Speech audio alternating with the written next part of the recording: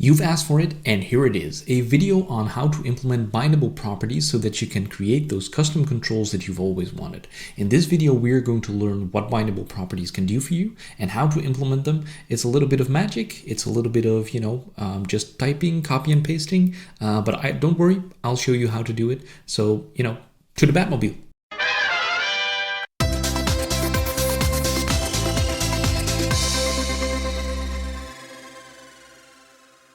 So here we see just a file new Xamarin.Forms project.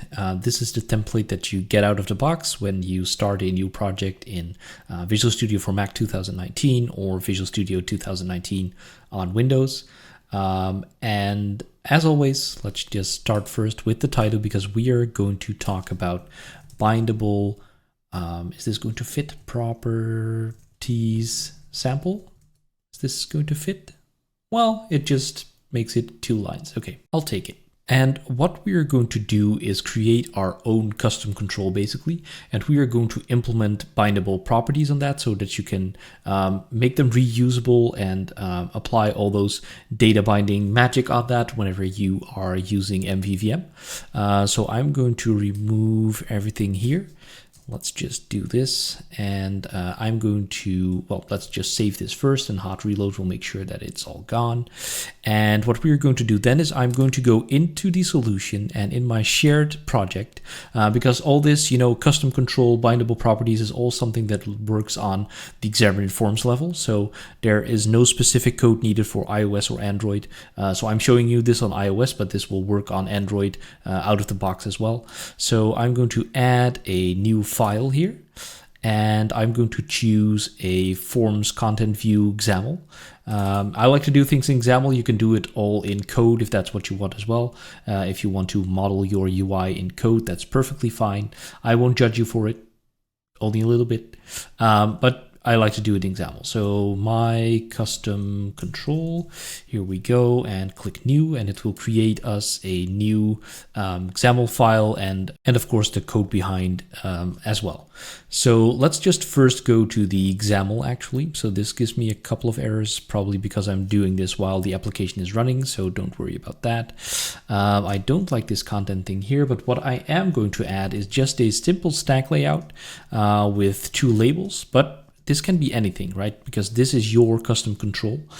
So you can create like your control with images and sliders and things and switches and gradients. Gradients are always good. So you can create this great custom control that you want to reuse.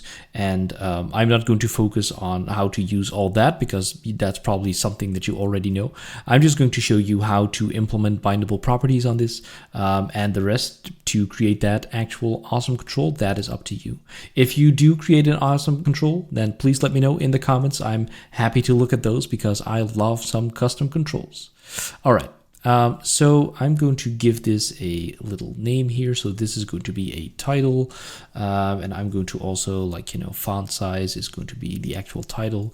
And this is just going to be a name so that I can reach it from my code behind, and this is going to be the description. So there we go. This is the easy part. We have just created our layout in XAML, and this is what we can use. Now let's go to our code behind where we are going to implement the actual bindable properties. So bear with me. This is going to be a little bit of typing, but as I do, I will explain some things to you.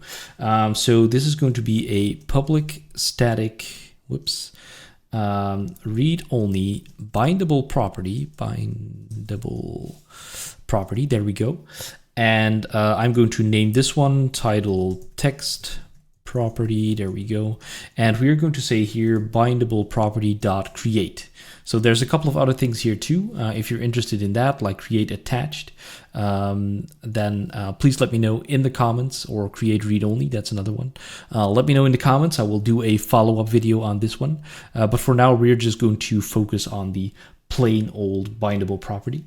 And we're going to do a create, and this, you can see here, this needs a, well, it is mostly optional parameters, so this can take a bunch of parameters. The first one is going to be the property name, and you need to have like a backing normal property for your bindable property. So what we're going to do is just create a public string title. Let's just call it title text to stay in line. You don't actually have to do that, but you know, it's just, well, actually, no, you don't have to do that, because you're going to have to specify the name here, right? And I'm going to use the name of here. Name of title text. So, you know, whenever we change the property name, then the compiler will warn us. Instead of using magic strings, you can also put a string in there. But I like this way of doing things. And the next one that we need to do is the return type. So there we are going to say type of string, because, you know, this has to be the same type as the type of your backing property. This is the type that we want to put in our bindable property, and that we're going to use there. And what do we want more? We are going to have to declare the declaring type. So that's going to be the type that is declaring this bindable property. So this is going to be my custom control. This is always going to be the control that you're defining this bindable property in. These are some things that are needed to, you know, implement these bindable properties, because what's actually happening here is that whenever you are going to use this bindable property and you set this title text, no, actually, when you set the regular title text property, it will store the value in the title text property, so the bindable property, but you still want to be able to use the title text as a regular property as well. So there's a little bit of magic going on here, and that's why it needs all these values. But, you know, I'm going to talk you through it, so don't worry. Just breathe. We can do this. Okay, I think this is most of the stuff that should be in here. So the rest is like optional, as you can see by the square brackets. But I'm going to use a couple of them anyway. So, whoops, let's just do a comma, and let's say default value. So this is the way to assign something to a specific parameter, so they don't have to be in order. I can just say, okay, I want to pick one of these names, put a colon in there, and you can specify the value afterwards. So the default value is going to be either this one, or you can say string.empty. So that's going to be the default value for this. If it's not assigned a value, it will return this default value for us. What next? So the binding mode, default binding mode. So I have been talking about default binding mode or binding modes in another video about the binding tips and tricks. That video should appear on your screen right now, or, you know, find it in the video description, and make sure to watch that for a little bit more information about the binding mode.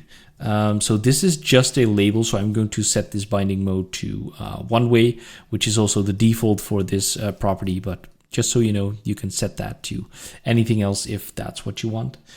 So you can see a couple of other things here. You can have something that validates the value first. So that's kind of like a event that's going off to validate the value. So you can check the value that is coming in from the value that is bound to this field, and then you can maybe return something like, hey, this is not valid, and the user can, well, the developer can use that to, you know, update the UI that maybe the value that you're assigning to it is not valid. The other things are property changed, property changing, and a couple of those things. So go see that in the documentation. The link to the documentation is also in the video description. The one last thing that I'm going to implement here is the property changed. So we also have like the property changed events in here. And I'm going to say title text property changed. And I'm going to let IntelliSense generate something for me here. So there we go. Private static, because, you know, this is also static. And you can see it takes like 3 parameters. So this is the bindable object. That's just going to be the my custom control. And then we have an object, old value and new value. So that's the old value that is right now, and the new value that is coming in that it will be changing to. So what we're going to do here is we have to cast this because, you know, it's all kind of generic at this level. So we are going to first get our control here, which is going to be our my custom control, because that is the thing that is invoking this property changed, and that's going to be the bindable. And then in that control, we are going to say control dot what did I call it? Title text. So here's our title text field. So this refers to my label that I've defined. Shouldn't do the title text. This is the label that I've defined here. So this is going to be title. And title.text, because, you know, a label has a text property. And we are going to set the new value to string, because, you know, we know it's a string coming in. If you're using other types, then make sure to cast that or do whatever you want with it you know, set this right property of the control that you're targeting to the value that you're doing here. I'm just using strings now to be sure that nothing goes wrong. Let's just add the null check here so that whenever this happens to be null, that happens during initialization with XAML sometimes, that this doesn't break. But this should apply like this value to our title text. So there's one thing I still need to change, which is in this property, the backing property, basically, because our content view at some level in the inheritance things, we have a method that is called, let's see, I have to convert this to a proper get and set. There we go. And so somewhere in the content view, we have like a method that is the return base dot get value. Get value. Here we go. And we can do this for a bindable property. So it will get the value from that bindable property, and we can return that as the value. So let's do that. Title text property, here we go. And that has to be a string. So we're just going to do the toString here again. Maybe add that null check so we're sure that nothing breaks. And for the set, we're going to do that too. So we're going to do the set value, and that is going to set a value to our bindable property.